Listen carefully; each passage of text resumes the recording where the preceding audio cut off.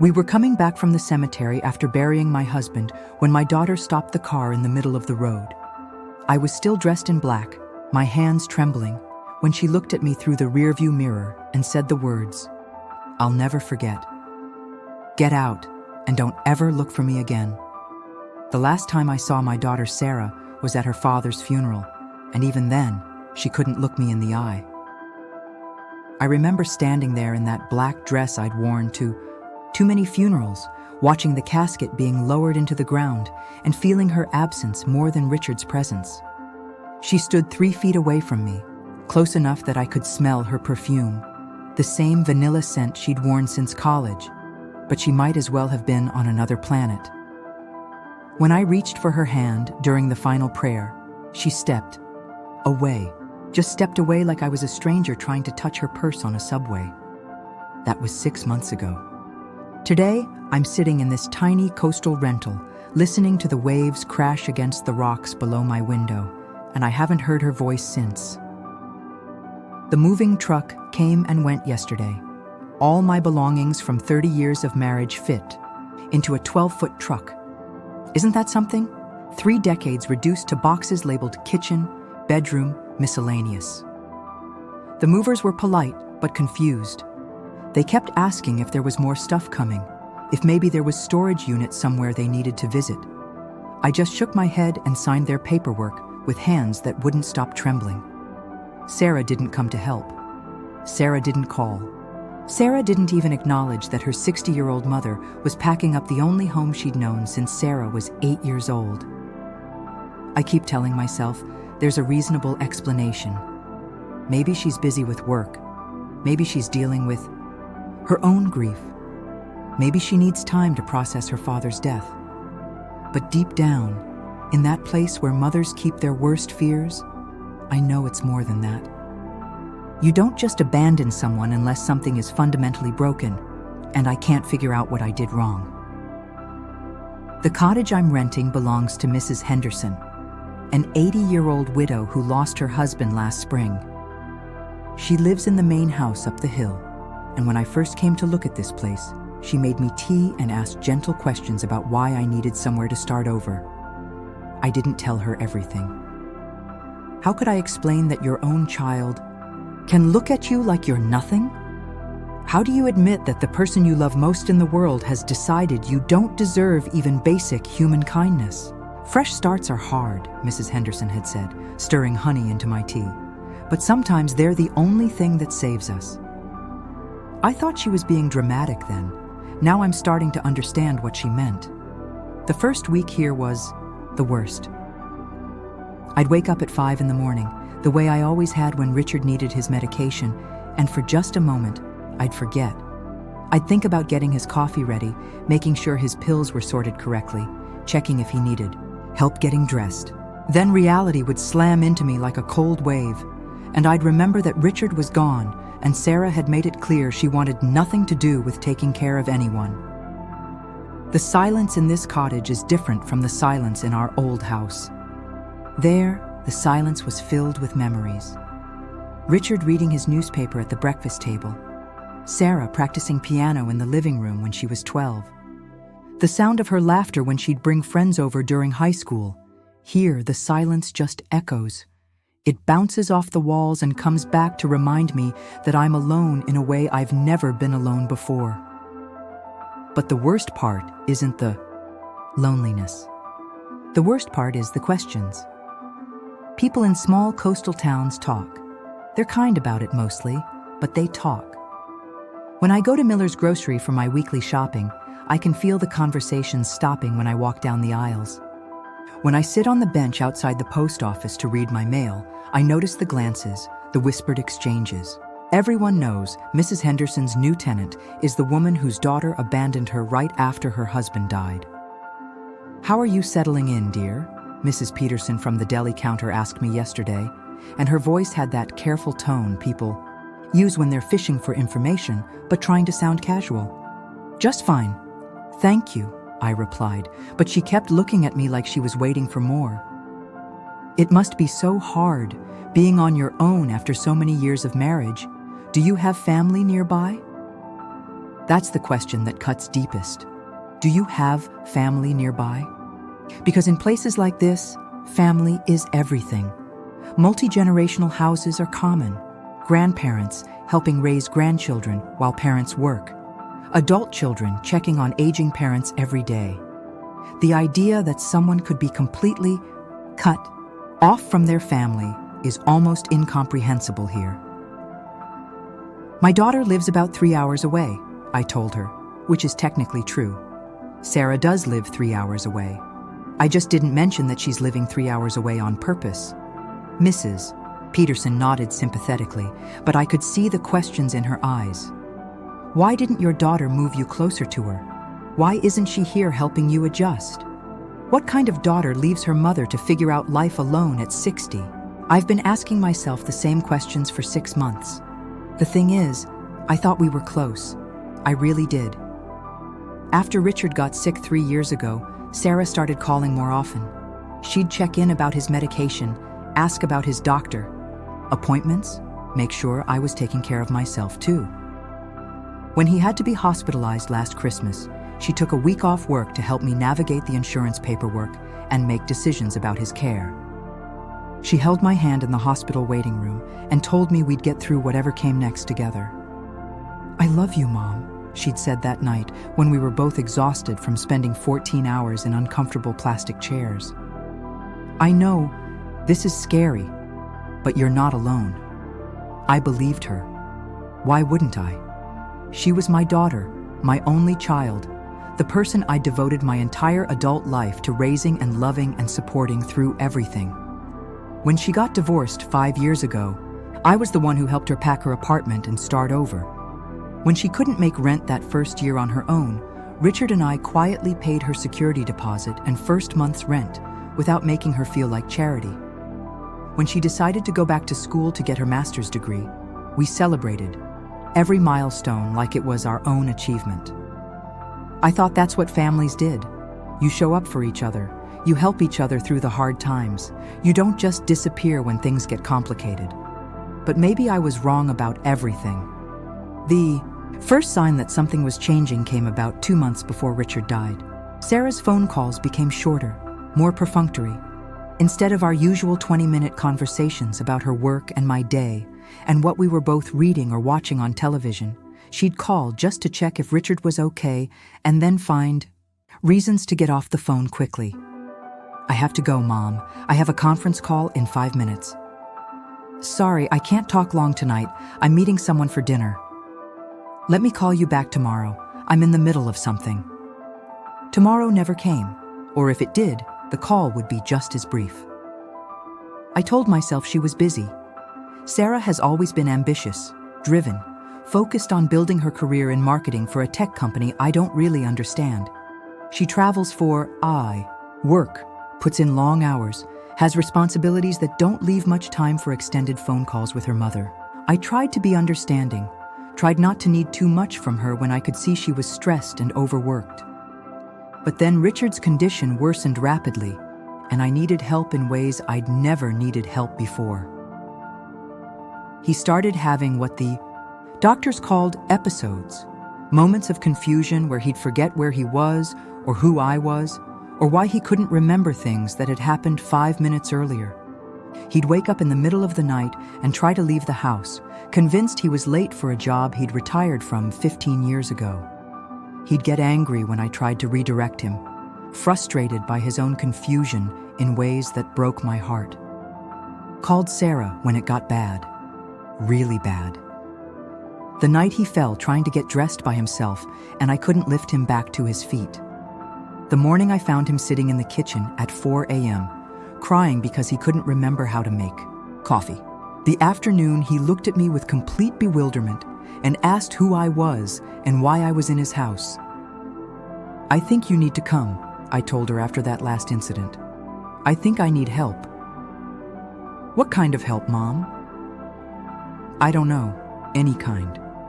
He's getting confused more often, and I can't handle everything by myself anymore. Maybe we need to look into getting someone to come during the day. Or maybe you could stay for a few days while we figure out what to do next. The pause that followed felt like an eternity. Mom, I can't just drop everything and drive down there. Every time Dad has a bad day.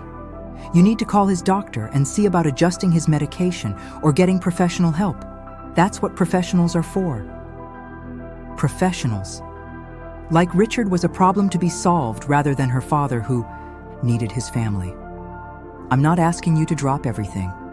I'm asking you to help me figure out how to take care of your father. And I'm telling you that there are people who are trained for this, people who know what they're doing. I can help you find someone, but I can't be driving back and forth every few days. That was the moment I should have known something had fundamentally changed between us. But I didn't want to see it. I made excuses for her. She was scared. She was dealing with her own emotions about watching her father decline. She was trying to maintain some professional boundaries so she could be helpful rather than overwhelmed. I hired Mrs. Garcia, a lovely woman who came 3 days a week to help with Richard's personal care and give me a break to run errands or just sit quietly for a few hours. Sarah seemed relieved when I told her I'd found professional help, and for a few weeks, things felt stable again. But Richard continued to decline, and the episodes became more frequent and more severe. Mrs. Garcia started suggesting that we might need to consider more comprehensive care, maybe a memory care facility where he could have round-the-clock supervision and specialized activities. I couldn't bear the thought of Richard in a facility. This was the man who'd built our garden shed with his own hands, who'd taught Sarah how to ride a bicycle by running alongside her for hours until she got the hang of it, who'd held my hand through every difficult moment of our marriage. The idea of him in a sterile room surrounded by strangers felt like giving up on everything we'd built together. So I tried to manage at home for as long as possible. Sarah visited exactly 3 times during Richard's final 6 months. 3 times in 6 months, and each visit was shorter than the last. She'd arrive with a tense smile and a bag of groceries I hadn't asked for, spend a few awkward hours making conversation that felt forced, and then find reasons to leave earlier than planned. I have to get back, Mom. I have an early meeting tomorrow. The traffic's going to be terrible if I don't leave soon. I promised someone I'd help them move this weekend. Always something. Always somewhere else she needed to be. The last time she came, about 3 weeks before Richard died, I found her in the kitchen after dinner, staring out the window with tears in her eyes. "Are you okay, sweetie?" She wiped her face quickly and turned away from me. "I'm fine, just tired. This is hard for all of us, but we'll get through it together." She nodded, but she wouldn't look at me. I should probably head back tonight instead of staying over. I forgot I have some things I need to take care of early tomorrow. That was the last conversation we had before Richard's final hospitalization. When the hospital called to say he'd taken a turn for the worse, I tried calling Sarah for 2 hours before she answered. "Mom, what's wrong?" "It's your father. You need to come. Now." She arrived 6 hours later, just in time to say goodbye.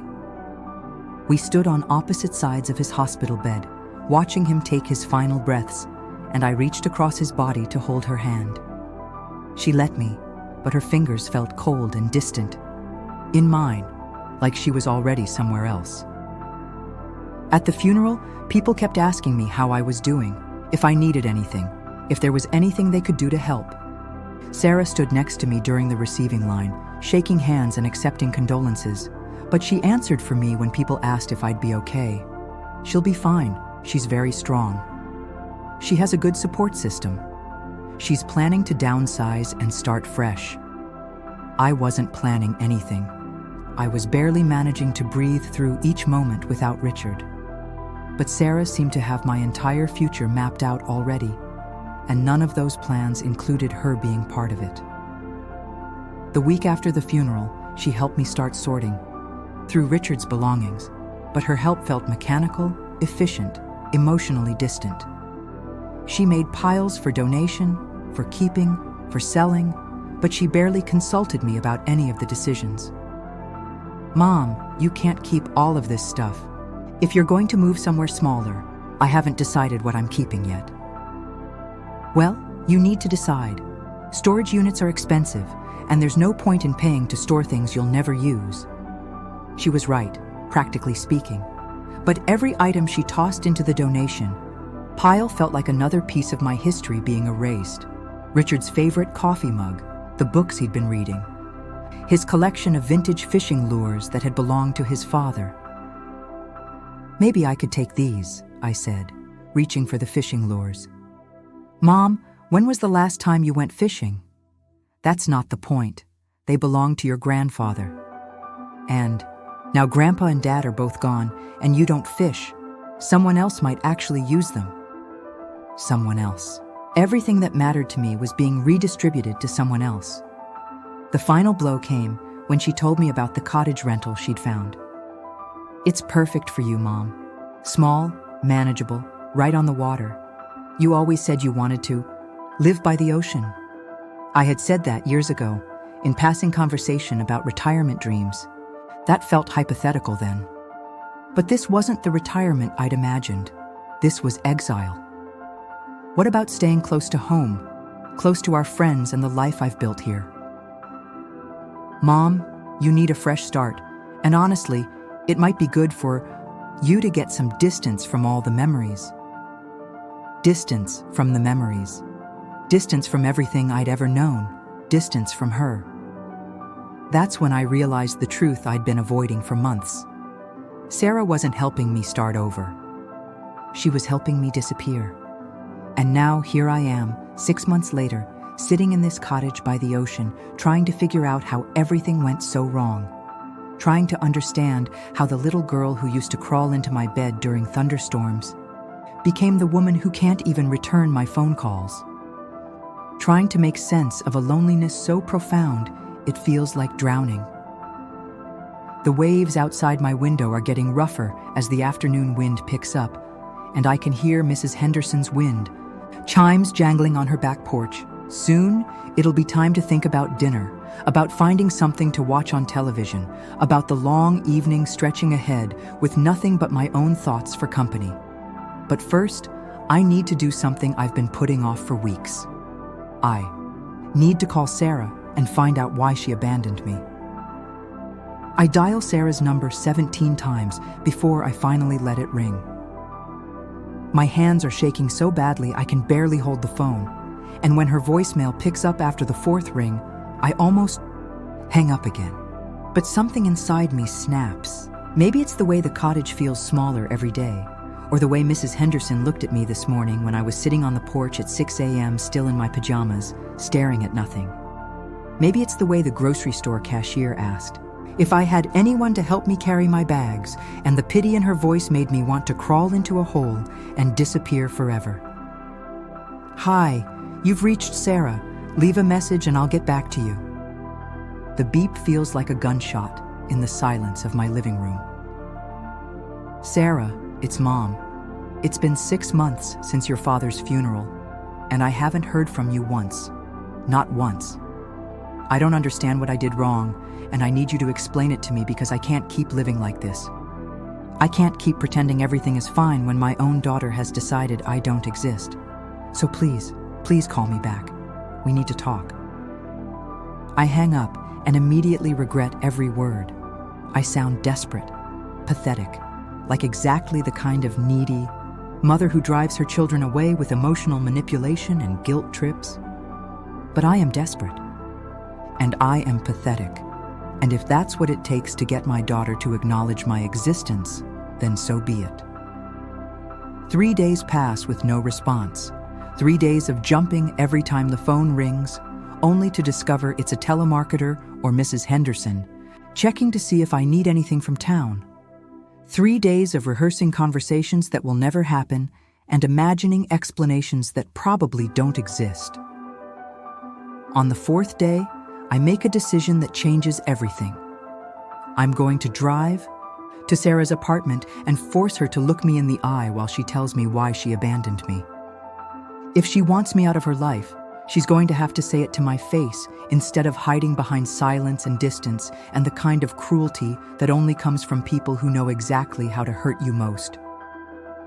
The drive takes 4 hours because I have to stop twice to throw up from pure anxiety, and once more to sit in a gas station parking lot and talk myself out of turning around.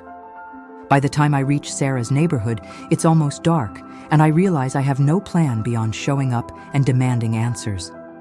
Her apartment building is one of those modern complexes with a security gate and a fancy lobby that makes visitors feel unwelcome.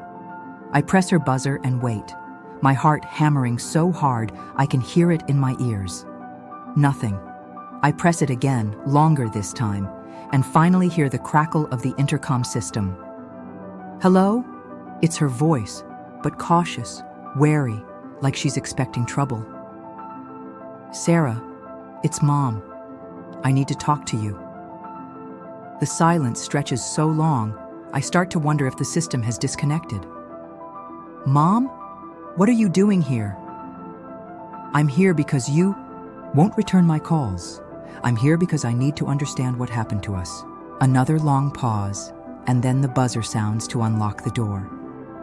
Her apartment is on the 3rd floor, and by the time I climb the stairs, I'm out of breath and dizzy with adrenaline. The door to 3B is slightly open when I reach it, but Sarah isn't standing there waiting for me. I push it open and find her in the kitchen, her back to me, making tea, like this is a normal visit from a welcome guest. You look tired, she says, without turning around. I am tired. I'm tired of not understanding why my daughter disappeared from my life without explanation. She sets 2 mugs on the counter with more force than necessary, and when she finally turns around, I'm shocked by how different she looks. She's lost weight, significant weight, and there are dark circles under her eyes that makeup can't quite hide. Her hair is shorter than I've ever seen it, almost severe, and she's wearing clothes that hang loose on her frame like she bought them for someone else's body. You want tea? I want answers. She pours hot water into both mugs anyway, adding honey to hers with movements that seem almost robotic. When she hands me the other mug, I notice her hands are shaking too.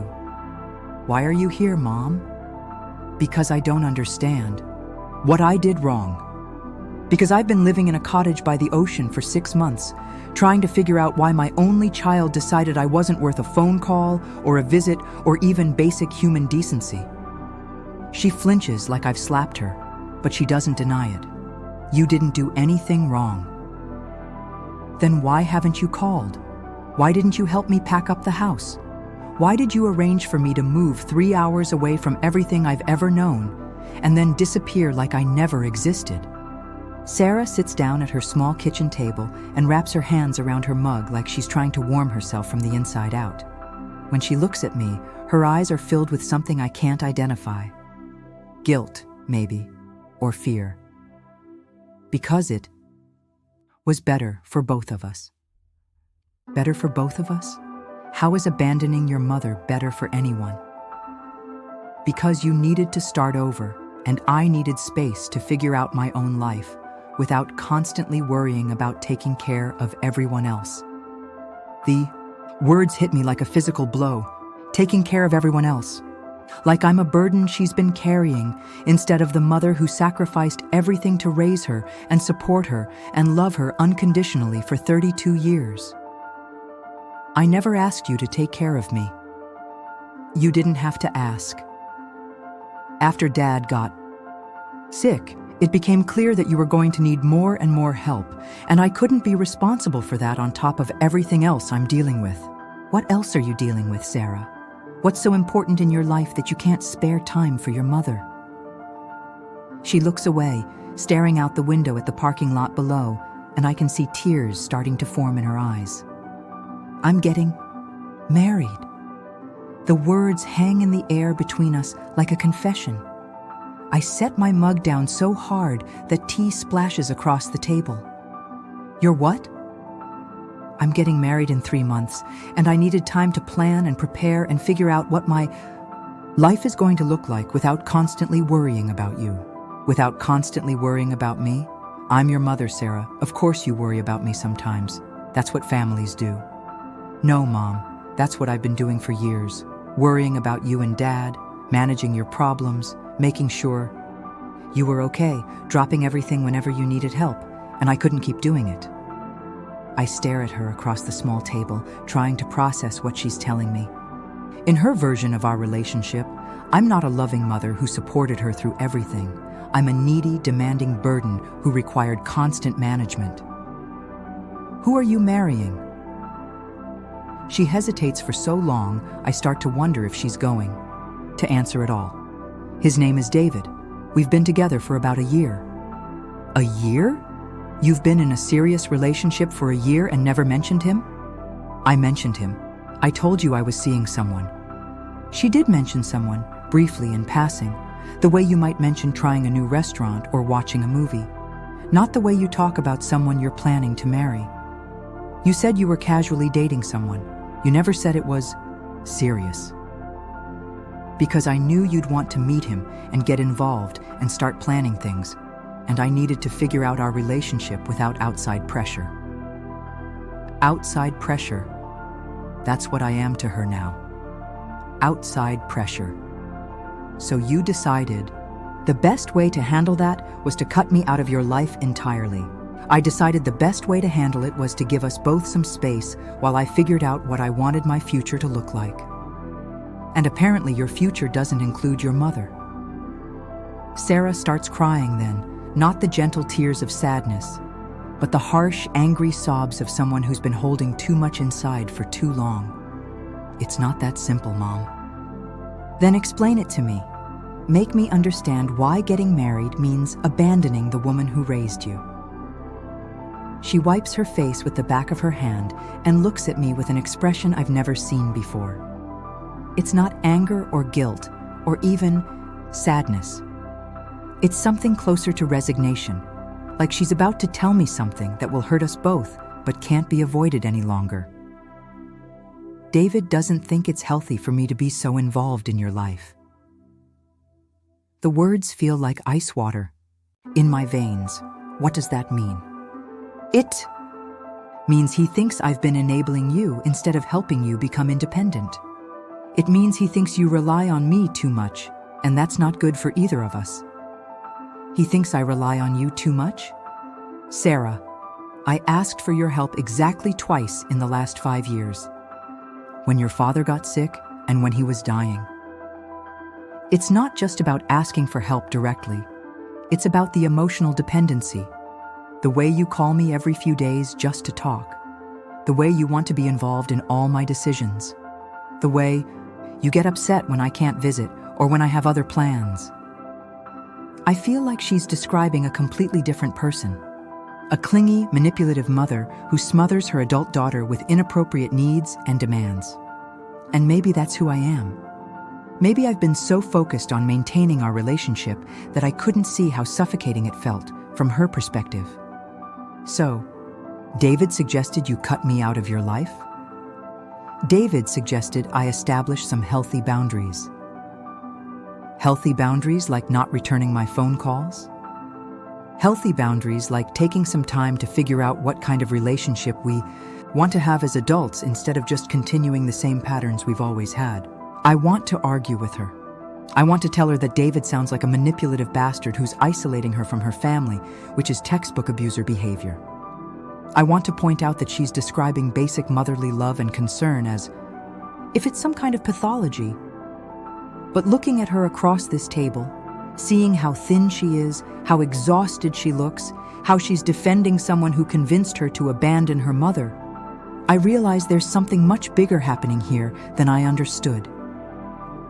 Sarah, are you okay? I mean, really okay? She stops crying and looks at me with surprise, like she wasn't expecting that question. What do you mean? I mean, you look like you haven't been eating or sleeping, and you're talking about your own mother like I'm some kind of burden you need to escape from. That doesn't sound like the daughter I raised. Maybe the daughter you raised needed to grow up and learn how to have adult relationships. And part of growing up means treating your family like strangers? She doesn't answer, but she looks away again, and I can see the doubt creeping into her expression. For just a moment, she looks like the little girl who used to come to me when she was scared or confused, asking me to help her make sense of things that felt too big and complicated. Where is David tonight? He's working late. Does he work late often? He's very dedicated to his career. That's not what I asked. She looks at me then, really looks at me, and I can see the exhaustion isn't just physical. There's something broken in her eyes, something defeated. He works late most nights and weekends, and he travels a lot for business. So you're planning a wedding mostly by yourself. I'm capable of planning a wedding. Of course you are, but planning a wedding alone while your fiancé is never around and you've cut yourself off from your family sounds pretty isolating. The tears start again, but quieter this time, like she's too tired to cry properly. I wanted to call you so many times, especially when I was trying to pick out the dress. Mom, I went to 4 different bridal shops by myself, and every single time the saleswoman asked where my mother was, and I had to make up excuses about why you couldn't be there. My heart breaks a little more with each word. Why didn't you call me? Because David said it would be better to handle the wedding planning without outside input. He said too many opinions would just create stress and conflict. Sarah, sweetheart, do you hear what you're saying? You're marrying someone who doesn't want your mother involved in your wedding. He's not trying to be controlling. He just wants our wedding to be about us, not about managing everyone else's expectations and emotions. Whose expectations and emotions? I've never even met the man. She doesn't have an answer for that, and the silence stretches between us until I can't stand it anymore. I want to meet him. Mom, I don't think that's a good idea right now. Why not? If he's going to be my son-in-law, don't you think we should at least be introduced? Because things are complicated enough already, and adding more people to the situation is just going to make everything harder. More people to the situation. Her mother is more people to the situation of her own wedding. Sarah, listen to me. I know you're an adult and you can make your own decisions, but what you're describing doesn't sound like a healthy relationship. It sounds like someone who's isolating you from your support system. David isn't isolating me from anyone. He's helping me establish boundaries with people who have been taking advantage of my good nature. People like your mother? People like everyone who expects me to drop everything whenever they need something. I want to ask who else has been making these demands on her, because from my perspective, I'm the only family she has left. But something in her voice tells me this conversation has gone as far as it can go tonight. She's defending him with the kind of desperation that comes from knowing somewhere deep down that the defense doesn't make sense, but being too invested to admit it. Can I at least see you again before the wedding? She wipes her eyes and nods, but reluctantly. Maybe in a few weeks. I need some time to think about everything. Time to think about what? Time to think about what kind of relationship we can have that works for everyone involved. Everyone involved, meaning her and David, not her and me. I finish my tea and gather my purse, knowing that pushing any more tonight will only make things worse. But as I'm walking toward the door, I turn back to look at her one more time. Sarah, I love you. Whatever David has told you about me, whatever you think you need to protect yourself from, I love you and I want you to be happy. But I want you to be happy because you're actually happy, not because someone has convinced you that happiness means cutting yourself off from the people who care about you. She nods but doesn't say anything, and I can see her struggling with something she doesn't know how to express. Will you at least think about that? I'll think about it. I drive home in the dark, my mind racing with everything I learned and everything I still don't understand. Sarah is getting married to someone who has convinced her that her relationship with her mother is unhealthy. She's planning a wedding alone while her fiancé works late every night. She looks like she hasn't been taking care of herself, and she's defending choices that clearly make her miserable. But the most disturbing thing is how different she seemed. Not just tired or stressed, but fundamentally changed. The Sarah I raised was confident and independent, but she was also warm and loving and connected to the people who mattered to her. The woman I just spent 2 hours with seemed like she was performing a role, reciting lines someone else had written for her. By the time I reach the cottage, it's after midnight, and I'm exhausted in ways that have nothing to do with driving. I sit in my car in the driveway for a long time, listening to the waves and trying to figure out what to do next. I can't just accept that this is how our relationship is going to be. I can't just pretend it's normal for a mother to be excluded from her daughter's wedding because her future son-in-law thinks family involvement is unhealthy. And I definitely can't ignore the feeling that something is very wrong with this whole situation. Tomorrow, I'm going to start looking for answers. Because if David has convinced Sarah that abandoning her mother is a sign of healthy boundaries, I need to know what else he's convinced her of. And I need to know what kind of man my daughter is planning to marry. The first thing I do when I get back to the cottage is call my bank. It's 3 a.m, so I have to wait until they open at 9, but I spend those 6 hours pacing the small living room and making a list of everything I need to find out. If David has this much influence over Sarah's decisions, I need to understand exactly what I'm dealing with. And if my daughter is in trouble, I need to know how deep that trouble goes. At exactly 9 a.m., I'm on the phone with customer service, asking for copies of all financial statements for the joint account Richard and I shared, going back 2 years. The representative is helpful, but confused about why I need such detailed records. Is there a specific transaction you're trying to locate, Mrs. Martinez? I'm trying to understand some decisions my late husband made before he passed away.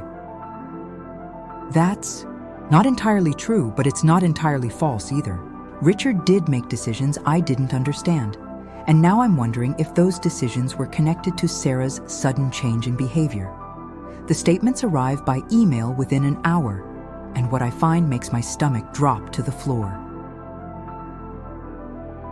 Starting 18 months ago, there are regular transfers of $5,000 each month from our joint account to Sarah's personal account. 18 months of transfers that I never authorized and never knew about. $90,000 that Richard gave to our daughter without telling me. But that's not the worst part.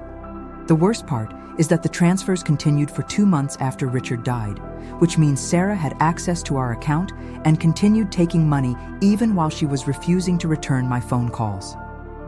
I call the bank back, my hands shaking. So hard I can barely dial. I need to speak to someone about unauthorized transactions on my account. Can you provide me with the specific transactions you're concerned about? I read off the dates and amounts, my voice getting steadier with each number. By the time I finish, I'm not just confused anymore, I'm angry. Ma'am, I'm looking at your account, and those transfers were all authorized by Richard Martinez, who was a joint account holder. They don't appear to be unauthorized. But I never authorized them. Doesn't that matter? Since it was a joint account, either party could authorize transfers without the other party's signature or knowledge. Of course, Richard could move our money anywhere he wanted without asking me, just like he could apparently sign documents transferring our house to Sarah without my knowledge. Wait, our house. I hang up and dig through the box of papers I brought from the old house, looking for our property deed. When I find it, my world tilts sideways again. The deed shows that our house was transferred to Sarah Martinez Thompson 3 years ago, not 18 months ago, like I originally thought. 3 years ago, which means Richard was planning this, long before he got sick, long before I thought our family was falling apart. But Sarah Martinez Thompson, when did she hyphenate her name? And who is Thompson? I spend the next hour on the internet, searching for any information about Sarah Martinez Thompson or David Thompson, and what I find makes everything click into place in the most horrible way possible. David Thompson is 47 years old, 15 years older than Sarah. He's been married twice before, both times to women significantly younger than himself. His first wife filed for divorce, citing emotional abuse and isolation from her family. His second wife disappeared from all social media and public records 6 months before their divorce was finalized. But the most disturbing information comes from a local newspaper article about a lawsuit filed against David's consulting company by a former female employee who claimed he engaged in a pattern of psychological manipulation and financial control over vulnerable women. The lawsuit was settled out of court, but the details that were made public paint a picture of a man who specifically targets women who are dealing with family stress or financial insecurity, offers them support and guidance, and then gradually isolates them from their support systems while gaining control over their resources. My daughter has been with this man for over a year, long enough for him to convince her to cut off contact with her mother, and long enough for her to change her name to include his. I need help, and I know exactly who to call.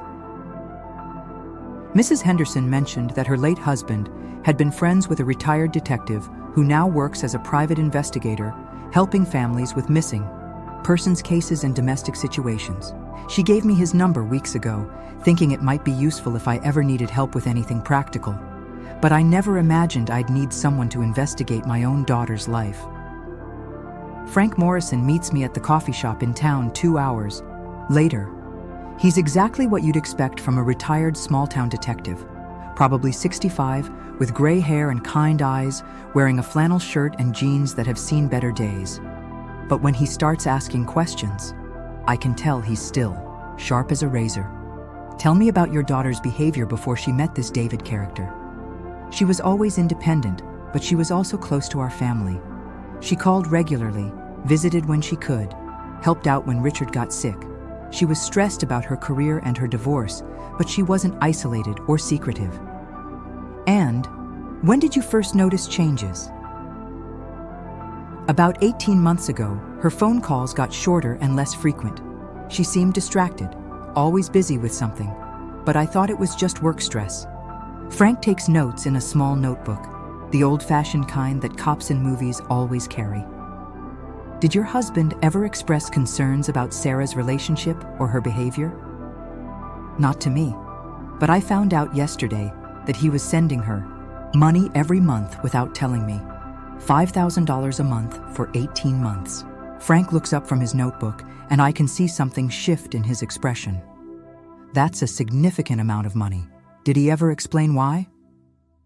He never told me he was doing it at all. I only found out when I requested bank statements. Mrs. Martinez, I have to ask this, and I hope you won't take offense. Was your husband's mental state clear when he made these financial decisions? I think about Richard's confusion in his final months, the way he sometimes forgot things or got disoriented, about time and place. But the money transfers started long before his cognitive decline became noticeable. The transfers started before he showed signs of dementia, but toward the end, he was definitely not thinking clearly about some things. Frank nods and makes more notes. I'd like to do some research into David Thompson's background, if that's okay with you. I'd also like to look into the timing of the property transfer and the money transfers to see if there's a pattern that might tell us more about what was really going on. What do you think was going on? I think your husband was trying to protect your daughter from something, or someone convinced him that she needed protection from something. The question is whether that someone was Sarah herself or this David character. The possibility that Sarah might have been manipulating her own father for money feels like a knife in my chest, but I have to consider it. What if David convinced her to ask Richard for financial support? What if the monthly transfers were Sarah's idea, not Richard's? How long will it take to find out more? Give me a week. I have contacts who can pull more detailed records and look into Thompson's history with his previous wives. In the meantime, I need you to promise me something. What? Don't contact Sarah again until we know more about what we're dealing with. If Thompson is as controlling as he appears to be, pushing too hard right now could make things worse for her. The idea of staying away from Sarah when she might be in danger goes against every maternal instinct I have. But Frank is right. If I push too hard and David convinces her to cut off contact completely, I might lose any chance of helping her. One more thing, Frank says as we're getting ready to leave. Do you have somewhere safe to stay if you need to leave your cottage? Quickly? The question stops me cold. Why would I need to leave? Because if David Thompson has been manipulating your daughter for over a year and has managed to isolate her from her family while gaining access to significant financial resources, he's not going to appreciate someone asking questions about his methods. I drive home in a daze, Frank's warning echoing in my head. The cottage that felt like a refuge this morning now feels exposed and vulnerable. Every shadow outside the windows looks threatening, and every noise makes me jump. But I also feel something I haven't felt in months. Purpose. For the first time since Richard died, I have something concrete to focus on besides my own loneliness and confusion. Sarah needs help, even if she doesn't know it yet, and I'm going to find a way to help her. 3 days into Frank's investigation, he calls with news that changes everything. I found David Thompson's second wife. I thought you said she disappeared from public records. She did, but I tracked her down through a women's shelter network. She's been living under an assumed name for the past 5 years. She agreed to talk to me, and what she told me is going to be hard to hear. I gripped the phone tighter, preparing myself for the worst. Tell me. Thompson has a pattern of targeting women who have recently lost someone important to them or are dealing with family stress. He presents himself as supportive and understanding, helps them make practical decisions, and gradually convinces them that their existing relationships are toxic or unhealthy. That sounds exactly like what he's doing to Sarah. It gets worse. Once he's isolated them, he begins taking control of their finances. He convinces them to put assets in his name for tax purposes or estate planning. He has them take out credit cards and loans that he then manages. By the time they realize what's happening, they're financially dependent on him and don't have the resources to leave. My heart is pounding so hard I can barely hear Frank over the rushing in my ears. What happened to his second wife? She lost everything. Her house, her savings, her relationship with her children. It took her 3 years to rebuild her life and get away from him. And she only managed it because her brother was willing to help her disappear. Frank, Sarah changed her name to include his. She looks like she's not eating or sleeping, and Richard transferred our house to her 3 years ago, which means David would have access to it through her. Mrs. Martinez, I think your husband, figured out what was happening and was trying to protect both Sarah and you by putting assets in her name instead of Thompson's. But if Thompson has been manipulating Sarah for this long, he might have convinced her that those assets should be transferred to him. What do I do? We need to move carefully.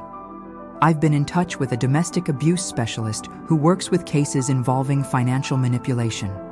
She thinks Thompson might be planning to marry Sarah specifically to gain legal access to the inheritance and property. Once they're married, he'll have spousal rights to everything she owns.